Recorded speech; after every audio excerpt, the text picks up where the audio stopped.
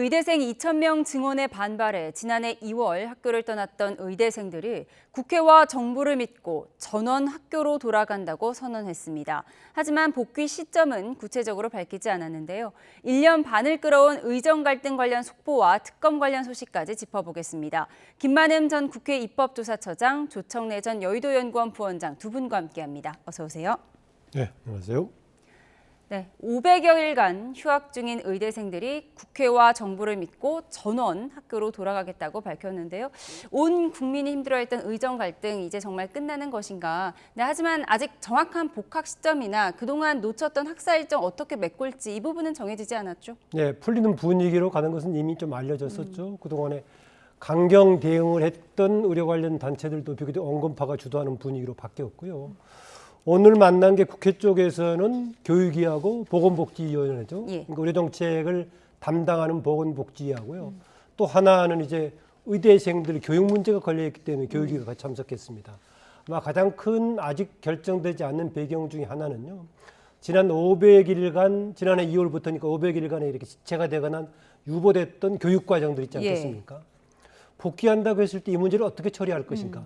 이른바 학사 정상화 이런 문제가 간단치 않은 문제이기 때문에 수용 능력도 있고 단기간에 그것을 해소한다면 또 뭔가 질의 문제도 생길 것 같기 때문에 이 간단치 않은 문제에서 가장 중요한 부분은 복귀 못지않게 그동안에 500일간 지체되고 유보됐던 의대 교육 문제를 단기간에 어떻게 수용해서 해소할 수 있을지 아마 이게 관건으로 보입니다. 예, 말씀하신 것처럼 학사 정상화 문제가 간단치가 않을 텐데 먼저 복학한 학생들과의 형평성 그리고 또 다른 학과 학생들과의 형평성 이 문제에서 특혜성 시비가 붙을 수도 있는 거잖아요. 그건 뭐 불가피하죠. 지금 이미 그런 상황이고요.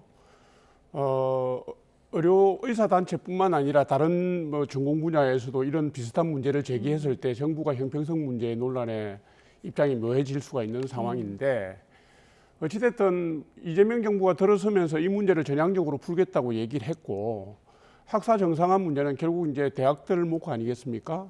9월 달부터 아마도 정상화 되겠죠. 2학기부터 들어가야 되니까 대학이 이제 어떻게든지 해결해내야 되는 것이고 전공의 문제도 얼마 전에 예, 강성 전공의 그 지도부가 물러서면서 조금 유연한 지도부가 들어섰잖아요. 그래서 곧 아마 대화가 있을 모양인데 제가 볼 때는 이미 이제 해결 수순으로 수습 국면으로 들어갔다고 보여지고요. 이제 병원의 정상화도 차차 이루어지겠죠. 네, 전공의 복귀 문제 말씀을 하셨는데 다음 주에 또 여당과 전공의 간의 대화가 있다고 해요. 네, 그런 진행이 이제 될 건데요. 뭐 기본적으로 새 정부가 들어서면서는 그런 푸는 방향으로 갔었죠. 이전에 윤석열 정부에서 2,000명 밀어붙이다가 일이 커진 건데요. 저는 가장 아쉬운 것 중에 하나가 윤석열 정부가 사실상 모든 분이 거의 정치적인 리더십 실패가 문제가 됐었는데 그중에 유일하게 지금 정책적 실패가 나타났던 것이 이 관련 문제였어요. 이런 문제를 푸는데 마침 정책의 주체인 정권이 바뀌면서 풀 이제 소지가 생겼던 거죠. 그런데 이전에 윤석열 정부 때는 상대였던 의료 관련 단체들에서도 원점으로 백지화해야 협상이 가능하다. 이 문제가 나왔고 윤석열 정부에서는 뭔가 기존에 나왔던 걸 토대로 가자라는 이런 얘기였습니다. 추가로 논의가 될지 모르겠는데요. 지금 양쪽의 정부 측과 국회 또 의료 관련 단체들이 협상에 근접하고 있는데 중간에 조금 다른 목소리 내는 쪽도 있긴 합니다. 환자 관련 단체들은 좀 다른 얘기 나오는데요. 이전에 보면 환자 관련 단체들은 윤석열 정부 추진했던 2,000명 증원 자체는 바람직하다. 의료 관련 쪽에서 반대했을 때는 이익단체의 관점에서 상대방을 볼 것이 아니라 국민 쪽을 보라라고 했었는데 의료 관련 단체들은 이 문제를 협상으로 하려고 했던 것이 아니라 파업으로 결국 부딪히다가 이 국면에 온 거 아니겠습니까? 그래서 이후에 환자 관련 단체들의 문제는 정부에서 아마 좀 참고할 걸로 봅니다. 가장 큰 입장은 명목상으로는 증원이 불가피하다는 입장을 환자 관련 단체에서 얘기하고 있겠지만은 또 하나 내부적으로는요. 환자 단체들이 그 파업 기간에 좀 어려움을 겪었던 피해들에 관해서 법적인 제소를 하고 있는데 이런 문제들의 증명을 누가 해야 되느냐? 환자 스스로가 피해를 입었다는 걸 증명을 해야 되는 것인데 이 파업 때문에 피해 입었다는 걸 증명해야 되는데 할 수 없는 상황이 되다 보니까 이런 부분에 대해서는 정부하고 협상 과정을 통해서 뭔가 조금 보상 차원에서 정부가 일정한 역할을 해주기를 기대하는 그런 측면도 있어서 아마 정부라든 국회 쪽에서 환자단체 관련 입장을 어떻게 수용할지 이것도 또 하나의 변수가 되겠습니다. 1년 반 동안 도돌이표 같았던 의정 갈등, 오늘 의대생들의 복학 선언으로 몰고가 트일지 지켜보도록 하겠습니다. 저희는 특검 관련 소식으로 이어가겠습니다. VIP는 경로한 적이 없었다고 했던 김태효 전 국가안보실 1차장, 어제 최상병 특검의 소환 조사를 받았는데요. 기존 진술과 달리 윤 전 대통령이 화내는 걸 들었다고 인정한 것으로 알려졌습니다. 기존 입장을 완전히 바꾼 건데 어떤 배경이라고 보세요? 아니 우선은 김태효 전 1차장 이 피의자 신분으로 소환을 당했거든요. 그러니까 이전에 뭐 국회에 나가서 증언을 하거나 언론에 대고 얘기를 했던 거하고 상황이 달라졌어요. 자신의 그 범죄 혐의를 피의자로서의 범죄 혐의를 소명해야 되는 거 아닙니까? 그렇다 보면은 당시에 외교안보 수석회의 내 분위기라든가 그때 자기의 입장, 자기가 의견을 밝혔는지 안 밝혔는지 반대를 했는지 찬성을 했는지 뭐 그걸 소상하게 얘기를 해야 되는 상황이거든요. 그러니까 지금 관련자들이 이미 피의자로 소환되거나 참고인으로 소환되더라도 언제든지 피의자로 전환할 수도 있고 혐의에 따라서는 자기의 문제가 돼버렸습니다. 그러다 보니까 시간이 갈수록 이게 그 개인 소명을 통해서 아마 회의체 내부에서 있었던 분위기가 재구성되고 복원되는 과정을 밟을 거예요. 결과적으로는 저렇게 얘기를 함으로 해서 사실은 VIP 경로설이 해병대 수사단의 수사 결과 경찰 이첩을 방해했다 혹은 보류했다라는 혐의로 이어지는 것이고 수사 외압 논란으로까지 가는 단초기 때문에 이 문제는 제가 볼 때는 이미 이제 과정 복구가 이루어지고 있는 걸로 보여지고요. 어찌됐든 간에 특검이 요구하는 방향으로 경위가 복은 뭐 아마 밝혀질 거라고 봅니다. 윤 전 대통령 측근 중에 측근이었던 김태효 1차장의 진술 변화, 특검 수사에서 굉장히 중요한 부분이 될 것 같은데 최상병 특검팀이 어제는 윤 전 대통령 사저를 압수수색했잖아요. 휴대전화를 확보했다고요? 예, 지금 윤 전 대통령이 여러 측면이 있고 가장 큰 거는 내란이 관련돼 있다고 하는 건데 이 부분은 그게 아니고 지금 최상병 관련으로 지금 이제 한 건데요. 조금 전에 저 김태효 전 그 차장의 경우는 가장 큰 지금 말이 바뀐 배경은 당시는 윤석열 정권이라는 살아있는 정권이었었고 정권이 바뀐 이후에 상황이 좀 그런 거 아닌가라는 것입니다. 사람들이 측근이라고 얘기할 정도로 거주지도 같은 건물에 살아가지고 아주 같은 아크로비스타 주민이라고 생활도 하더라고요. 같이 할 정도로 했던 사람이고요. 희한하게 김 차장이 그런 능력이 있나 모르겠지만은요.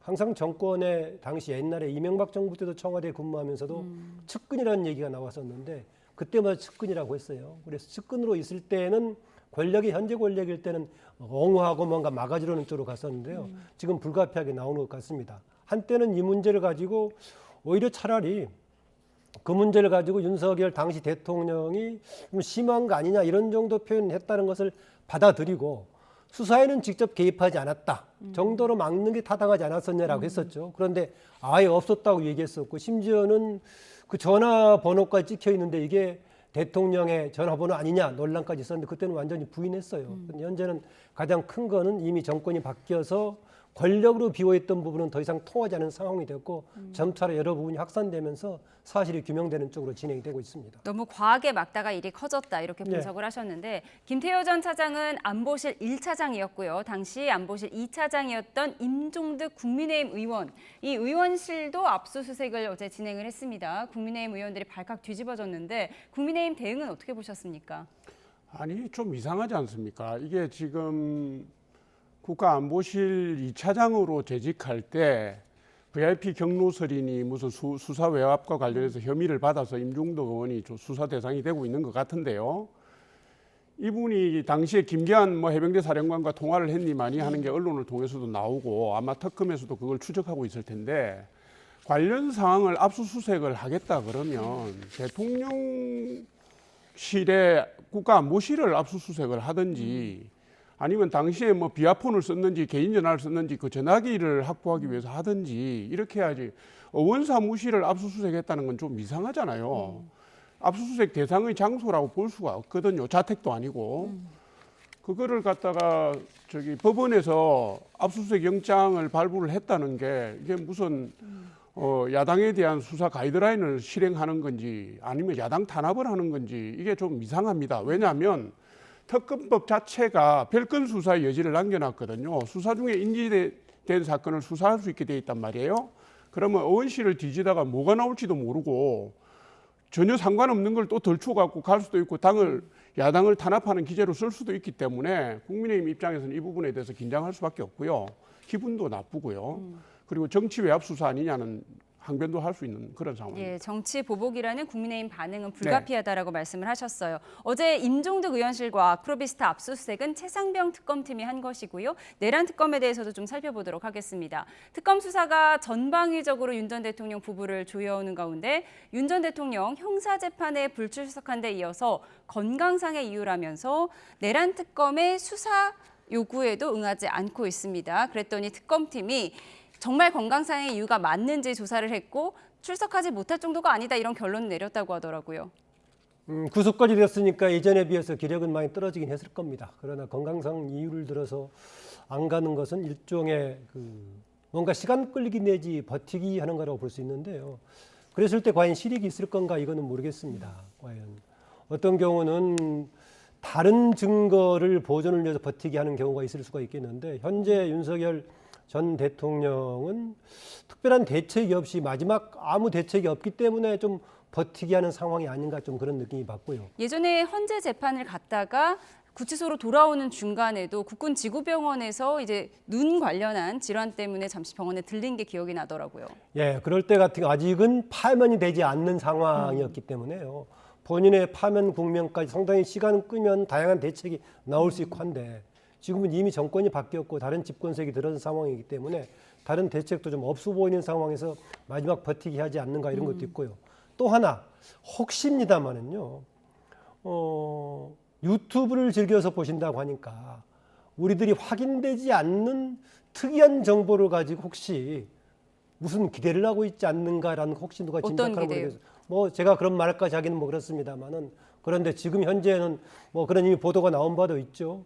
지금 현재 수감된 상태에서는 과거처럼 유튜브도 볼 수 없는 상황이고 뭐 TV도 이제 시간대로 틀어주는 상황이니까요. 그런데 그냥 일반적으로 봤을 때는 특별한 대책이 있다기보다는 대책이 없는 상황에서 마지막 뭔가 버티는 그런 상황으로 지금 있는 게 아닌가 그렇게 봅니다. 예, 특검팀이 이제 오는 14일 다음 주 월요일에 다시 한번 출석 요구를 했는데 응하지 않을 경우에 강제 구인도 검토할 것 같아요.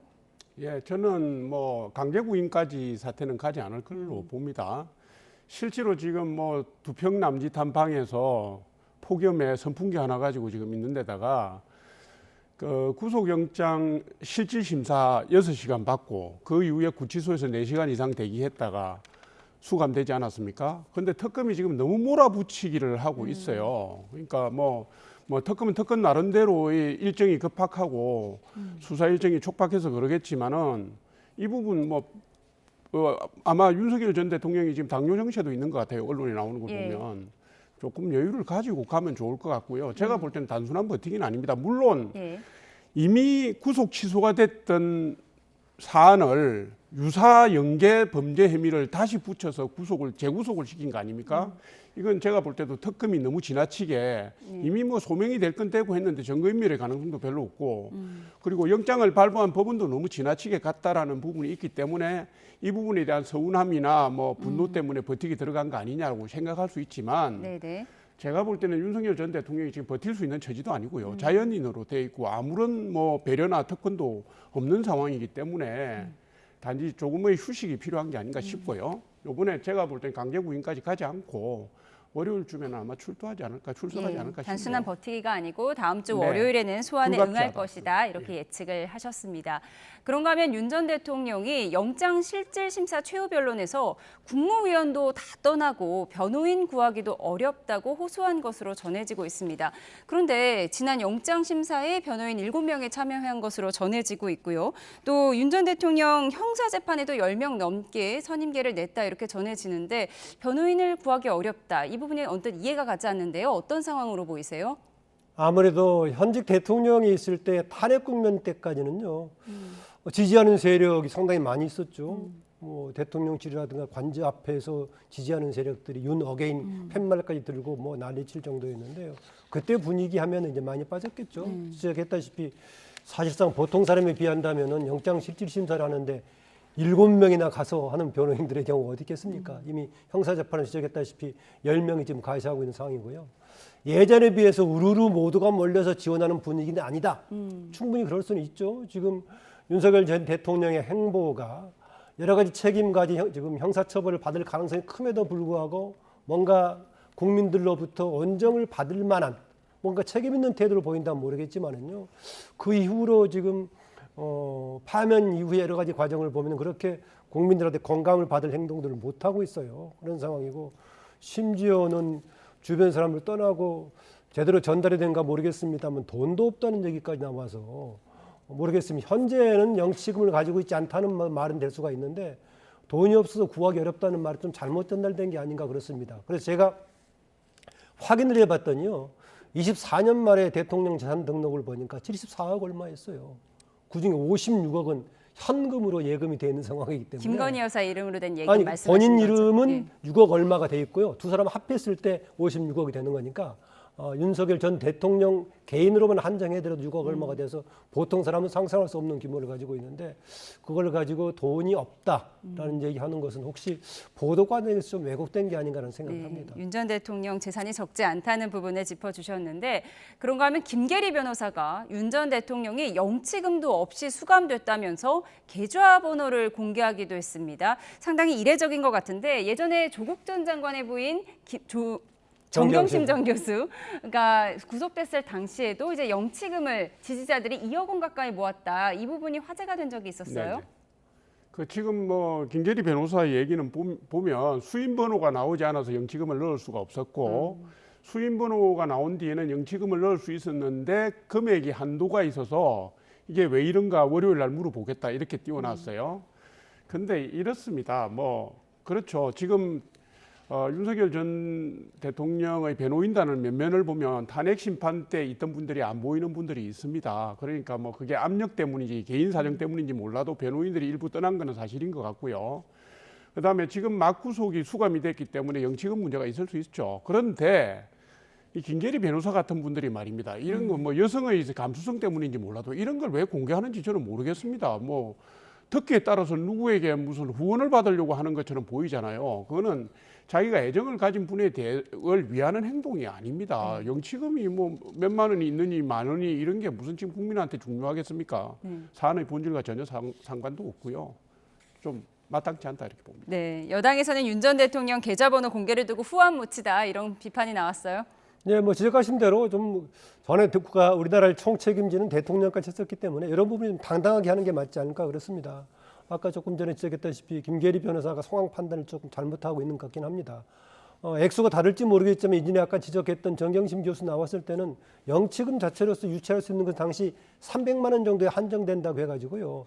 2억 4천 정도가 모여서 나머지 부분은 개인 계좌로 올렸다는 얘기인데 네. 영치금 300만 원 한도되는 걸 지금 윤석열 전 대통령 부분 해결을 못해서 그러겠습니까? 혹시 이것이 지지 세력이 영치금도 결집하는 뭔가 계기를 만들려고 하는 의도라면 잘못 접근한 거다 그런 지적하고 싶습니다. 예. 그런가 하면 3대 특검 가운데 수사 대상이 16개로 가장 많은 김건희 특검팀도 전방위 수사를 진행하고 있는데요. 특검이 주목하고 있는 이른바 집사 게이트에 대해서 좀 분석을 해보겠습니다. 그런데 특검법 대상이 아니라는 이유로 법원이 압수수색 영장을 기각했다고 하더라고요. 네, 저기 김건희 여사 일가의 집사로 알려진 뭐 김예성 씨인가 하는 분인가 예. 본데 16개의 항목에 들어가 있지 않고요. 이거는 지금 특검이 수사를 하다가 인지한 별건 수사입니다. 그러니까 16개 항목이 아니니까 법원에서 그걸 기각한 거죠. 예. 당연한 얘기고요. 그래서 지금 민주당이 이걸 특검법을 보완해서 다시 통과시키겠다고 하는데 뭐 할 수 있겠죠. 다수당이니까. 이게 뭐 원하면은 땜질하고 바꾸고 뭐 자기들 의도대로 안 되면 또 억지로 끌고 가고 이런 행태가 국민들 보시기에 불편합니다. 그러니까 민주당이 지금 힘을 과도하게 자랑하는데요. 이러다가 제가 볼 때는 뭐 부메랑 효과로 역효과 맞을 수 있다 이렇게 봅니다. 예.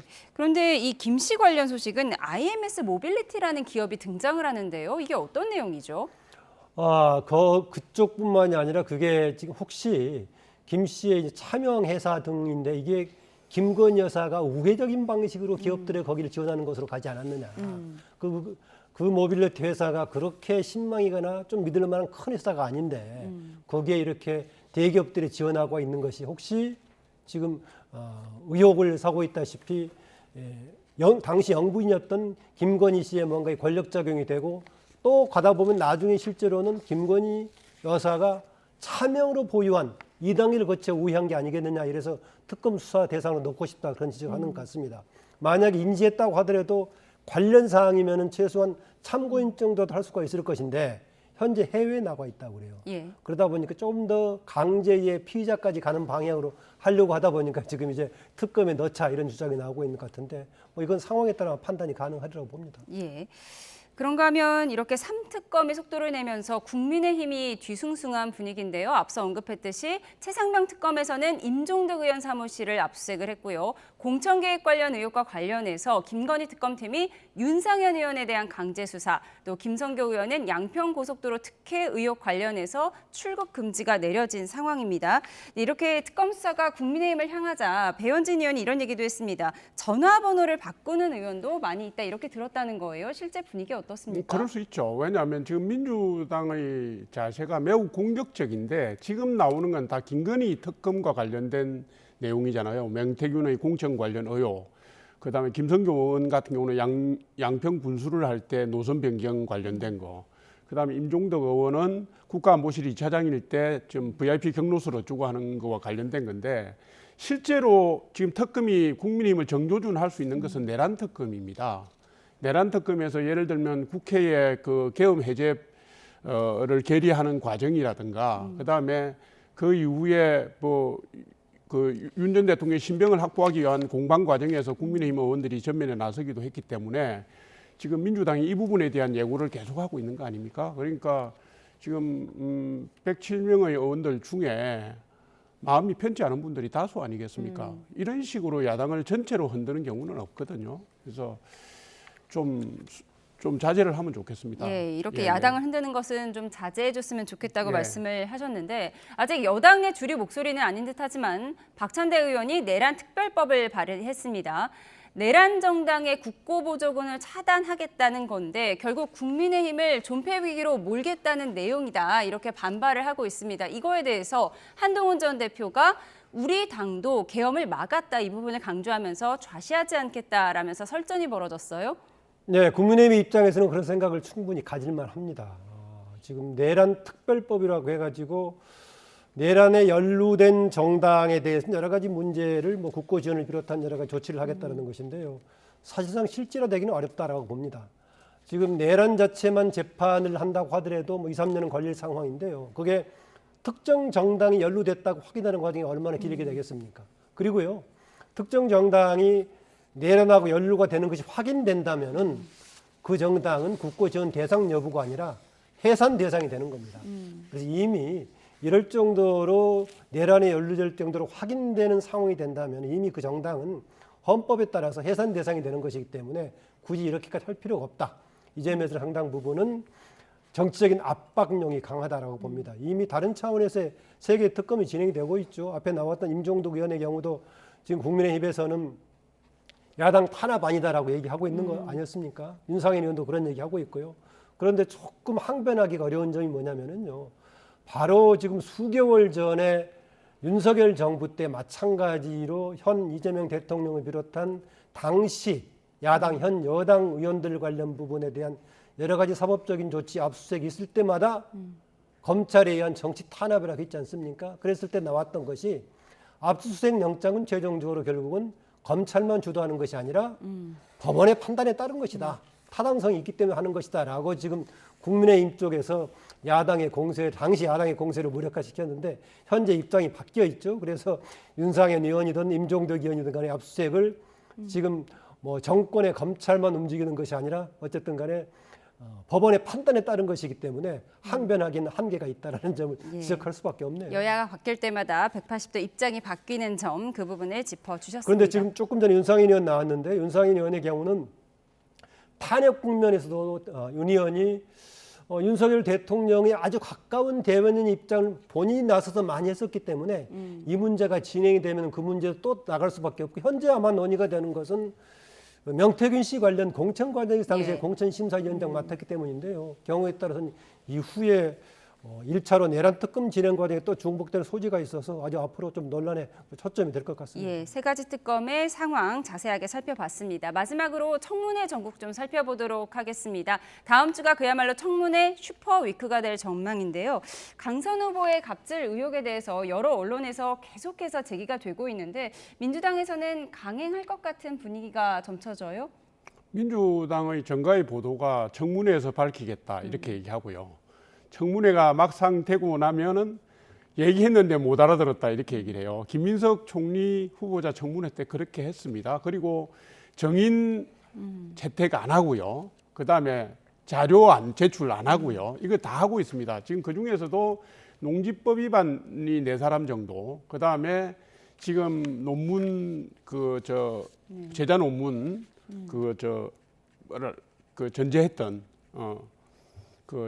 교육부 후보자, 그다음에 갑질 의혹에 쌓여 있는 여가부 후보자 이런 분들 특히 그 두 분은 제가 볼 때는 뭐 교육부 교육부 장관 후보자가 11차례나 남의 논문을 그대로 뺏기는 거는 부적절하잖아요. 그건 제가 볼 때는 민주당이 나서기 전에 본인이 저는 사퇴해야 된다고 보는 것이고요. 그리고 여가부 후보자 같은 경우에는 갑질 의혹에 휩싸였는데 민주당이 이렇게 얘기합니다. 일방의 한쪽 얘기만 들을 수는 없다. 예. 언제부터 갑질을 갑질을 한 사람의 의견을 들어서 합니까? 이게 2차 가해거든요, 일종의. 그리고 민주당은 오래전부터 을지로위원회라고 만들어서 갑질을 해소하겠다고 오만 약속을 국민들한테 다 하고 퍼포먼스하고 행동하고 했습니다. 그런데 민주당의 지금 행태는 최소한의 성의도 없고요. 힘을 믿고서 청문회를 무력화시켜서 결국 자기들 원하는 대로 끌고 가겠다라는 의지를 보이는 것에 불과하다. 제가 볼 때는 그 두 사람, 교육부 후보자하고 여가부 후보자는 지명 철회돼야 된다고 봅니다. 예, 그러니까 다른 부서도 아니고 사회적 약자를 보살펴야 하는 여가부 장관 후보자가 갑질 의혹에 불거졌고 또 다른 부서도 아니고 교육부 장관 후보자가 제자 논문 표절 의혹에 불거졌다. 이 두 부분이 가장 큰 의혹의 쟁점인데요. 사실 민주당 입장에서 청문회 상관없이 통과시킬 수는 있는 건데 역풍을 우려하지 않을 수가 없잖아요. 네, 이 부분은 조 부원장 지적에서는 상당 부분 공감합니다.